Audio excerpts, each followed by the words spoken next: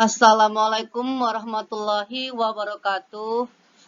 Apa kabar anak-anak ibu?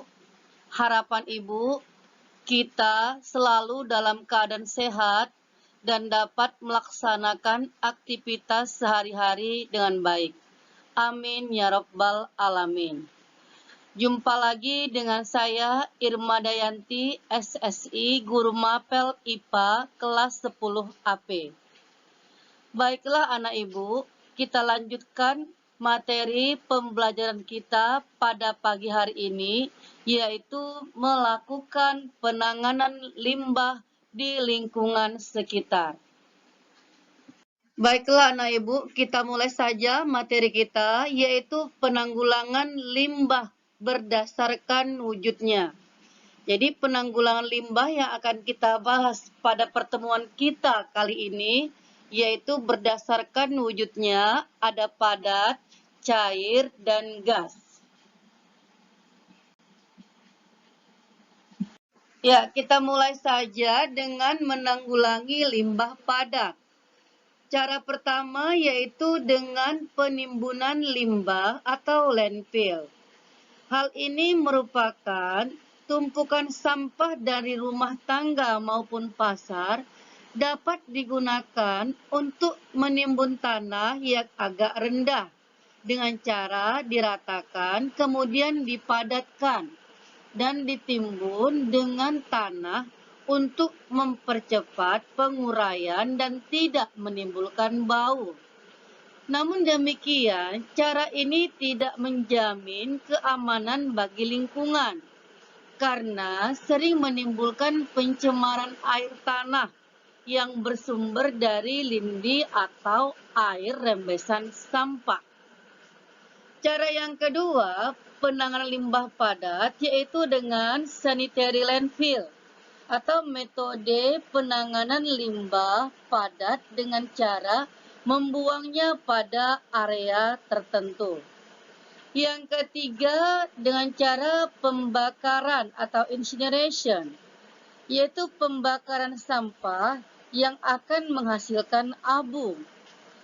Pembakaran sampah akan menimbulkan panas dan asap, sehingga sebaiknya dilakukan di tempat yang jauh dari pemukiman.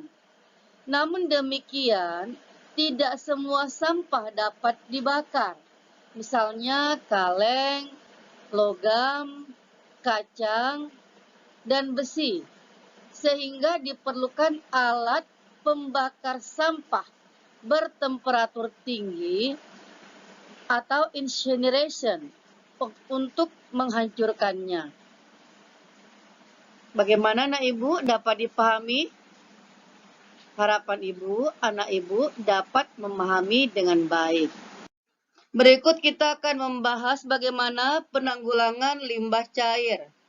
Untuk penanggulangan limbah cair, ada beberapa cara. Yang pertama adalah penyaringan, yaitu dengan cara filtrasi atau menyaring untuk memisahkan partikel yang tersuspensi dari air.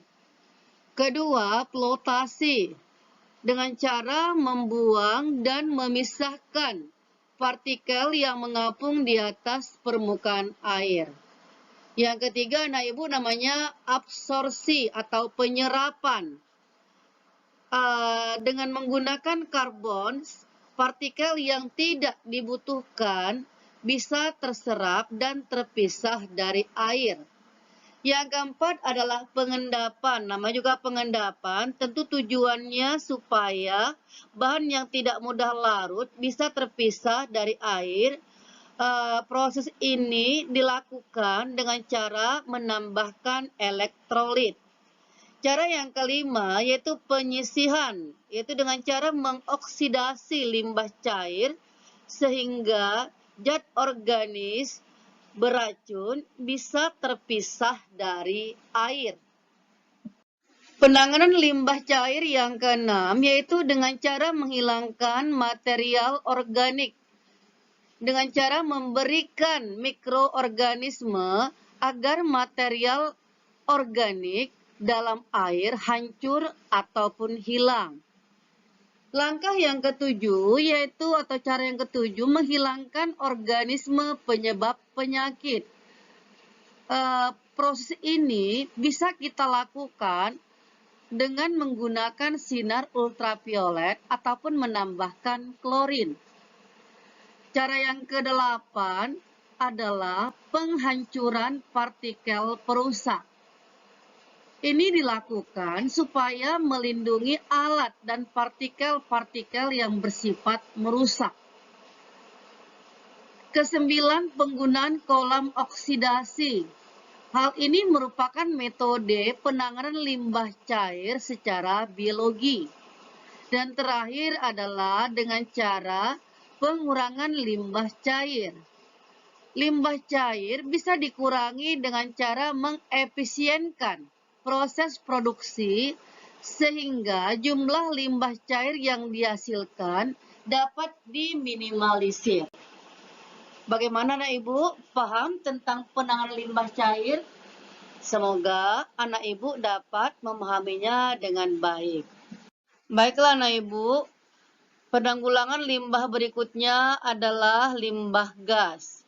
Limbah gas merupakan limbah yang disebabkan oleh sumber alami maupun sebagai hasil aktivitas manusia yang berbentuk molekul-molekul gas dan pada umumnya memberikan dampak yang buruk bagi kehidupan makhluk hidup yang ada di muka bumi. Limbah ini tentu saja berbentuk gas. Maka limbah pabrik yang menghasilkan gas biasanya mencemari udara.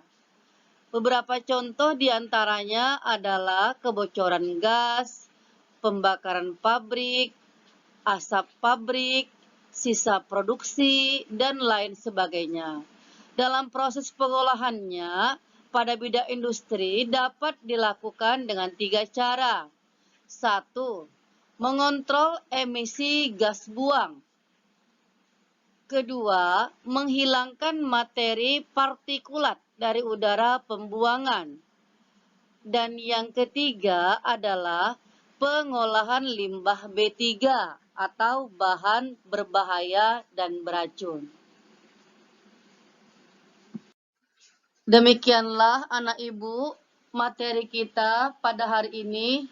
Terima kasih atas perhatiannya. Semoga bermanfaat. Tetap semangat belajar dan jangan lupa jaga kesehatan. Wassalamualaikum warahmatullahi wabarakatuh.